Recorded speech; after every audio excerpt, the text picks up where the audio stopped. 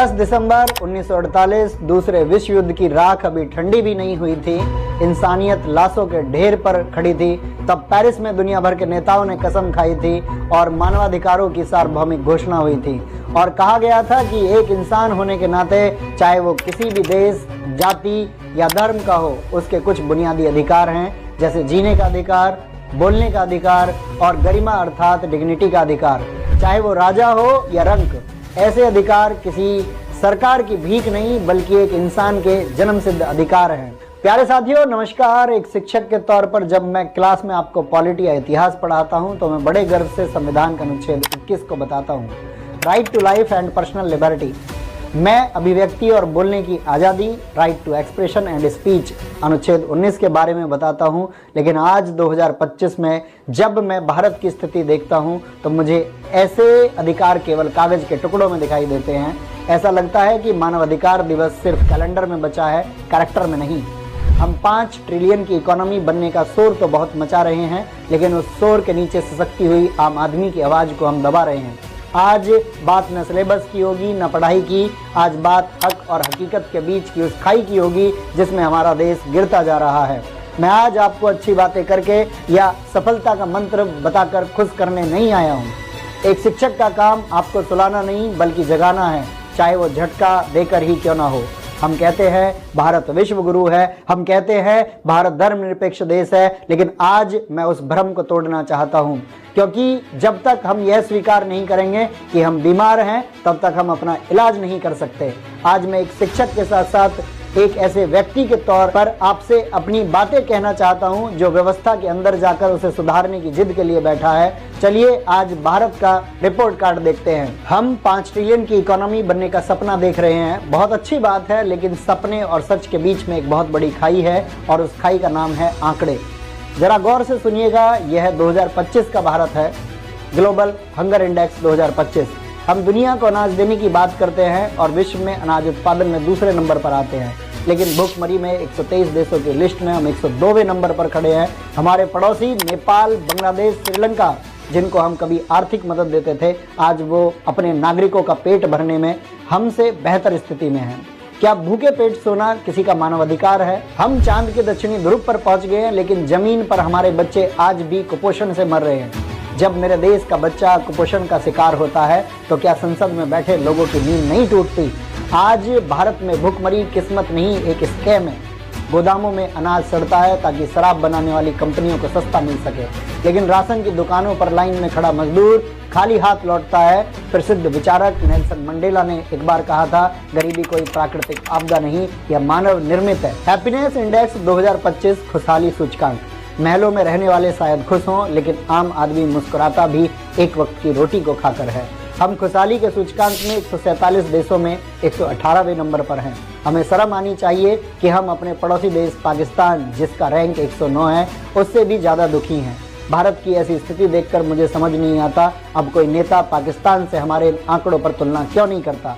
सड़कों पर इतना गुस्सा, इतनी नफरत और इतनी हताशा क्यों है? क्योंकि एक आम आदमी को सिस्टम से लड़ते लड़ते यह यकीन हो गया है कि उसकी कोई सुनने वाला नहीं है। अभी हमारे पड़ोस में लोकतंत्र का महापर्व खत्म हुआ, मैंने देखा वही पुरानी कहानी। जिस नेता ने 5 साल तक स्कूलों को तबेला बना दिया, अस्पतालों को मुर्दा घर बना दिया, जनता उसी के पीछे दीवानी होकर भाग रही थी। इसे कहते हैं राजनीतिक सम्मोहन, पॉलिटिकल हिप्नोसिस। आज वही हो रहा है। आपको 5 किलो की खैरात और कुछ रुपए देकर यह एहसास कराया जाता है कि राजा बहुत दयालु है, जबकि वो कोई खैरात नहीं, आपका हक है। एक शिक्षक होने के नाते मेरा दिल तब रोता है जब मैं देखता हूँ कि ग्रेजुएट, पोस्ट ग्रेजुएट छात्र एक अंगूठा छाप नेता के पैर छू रहे हैं, सिर्फ एक संविदा की नौकरी के लिए। यह दृश्य, यह एक तस्वीर भारत के मानवाधिकारों की सबसे बड़ी विफलता है। जब योग्यता सत्ता के पैरों में गिर जाए तो देश हार जाता है, फिर उस देश का विकास नहीं विनाश होता है। फिनलैंड और डेनमार्क जैसे छोटे देश, जहां हमारे जितने संसाधन नहीं हैं, वो हमसे कहीं ज़्यादा खुश हैं। क्यों?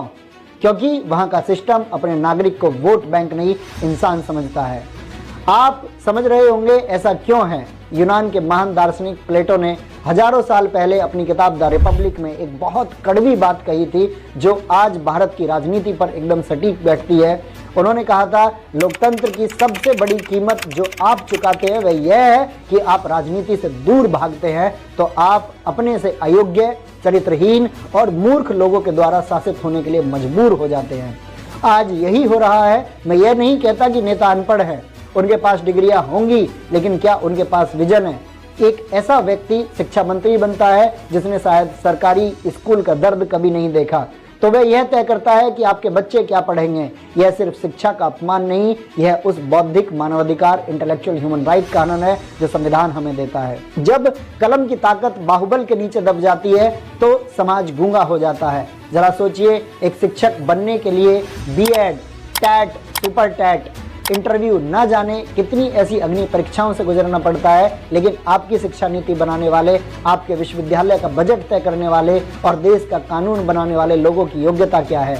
मैं किसी का नाम नहीं लूंगा, लेकिन जब संसद में बिना पढ़े लिखे लोग या अपराधी छवि वाले लोग मेज थपथपाते हैं तो यह मेज की आवाज नहीं होती, यह देश के पढ़े लिखे युवाओं के सपनों के टूटने की आवाज होती है। विद्यार्थी एक सरकारी नौकरी के लिए 14-14 घंटे लाइब्रेरी में घिसते हैं, पाई का हिसाब रखते हैं, और दूसरी तरफ संसद और विधानसभाओं में वे लोग बैठकर आपके भविष्य का फैसला ले रहे हैं, जिनका खुद का अकादमिक रिकॉर्ड देखना भी शर्मनाक है। जब एक अनपढ़ या कम योग्य व्यक्ति देश के सबसे प्रतिभाशाली युवाओं, डॉक्टर्स, इंजीनियर्स, आईएएस की पॉलिसी बनाएगा तो परिणाम विकास नहीं, विनाश ही होगा।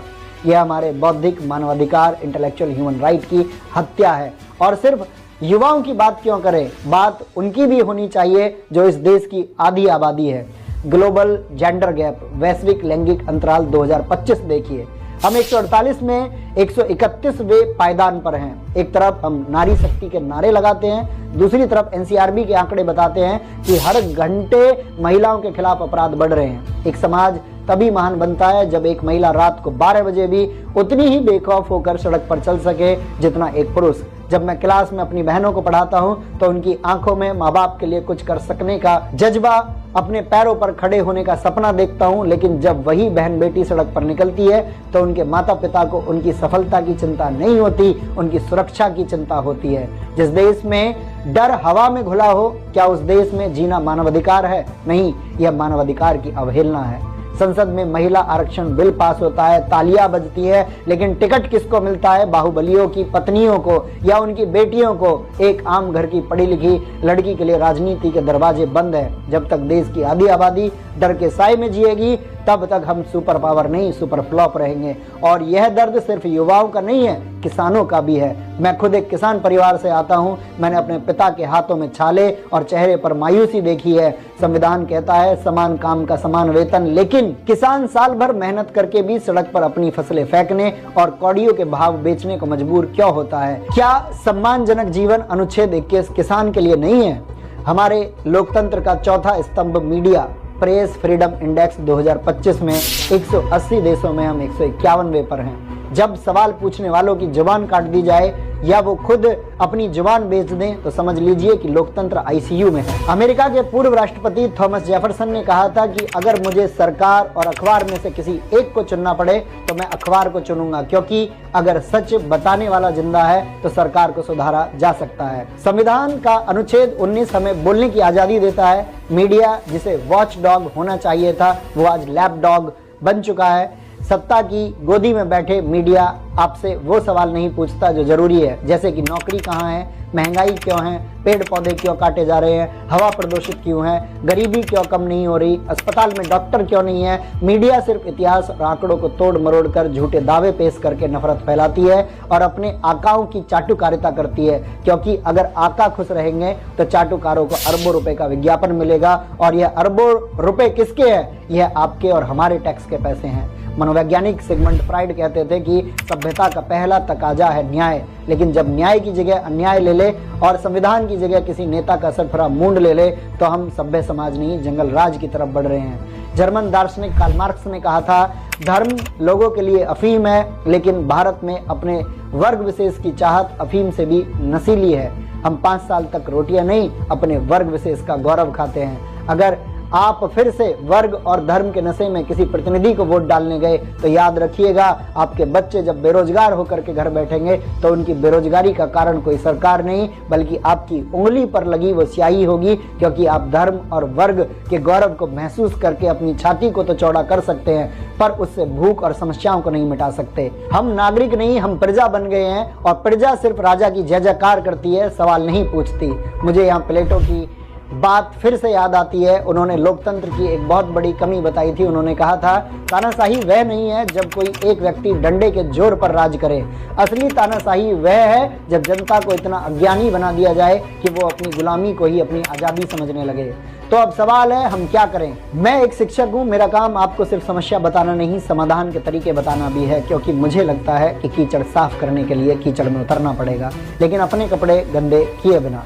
मुझे दुष्यंत कुमार की वो पंक्तियां याद आती हैं कि हो गई पीर पर्वत सी पिघलनी चाहिए, इस हिमालय से कोई गंगा निकलनी चाहिए, मेरे सीने में ना सही तेरे सीने में सही, हो कहीं भी आग लेकिन आग जलनी चाहिए।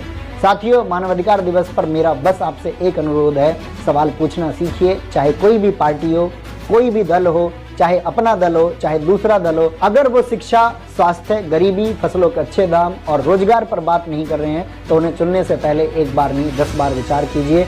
खुद को काबिल बनाइए। सिस्टम में अच्छे लोगों की कमी है, आप पढ़िए, सिर्फ नौकरी के लिए नहीं बल्कि उस देश की पॉलिसी बनाने के लिए। मैं संसद और विधानसभा में उस दिन का सपना देखता हूं जब वहां बाहुबली और देश हित की चाह न रखने वाले लोग नहीं बल्कि देश हित की भावना रखने वाले समझदार और अच्छे विद्यार्थी बैठेंगे, जो संविधान और अपने नागरिकों को दिल से मानेंगे। आज मानवाधिकार दिवस पर अपने अधिकारों को पहचानिए और अपने कर्तव्यों को भी। जय हिंद, जय भारत, जय संविधान।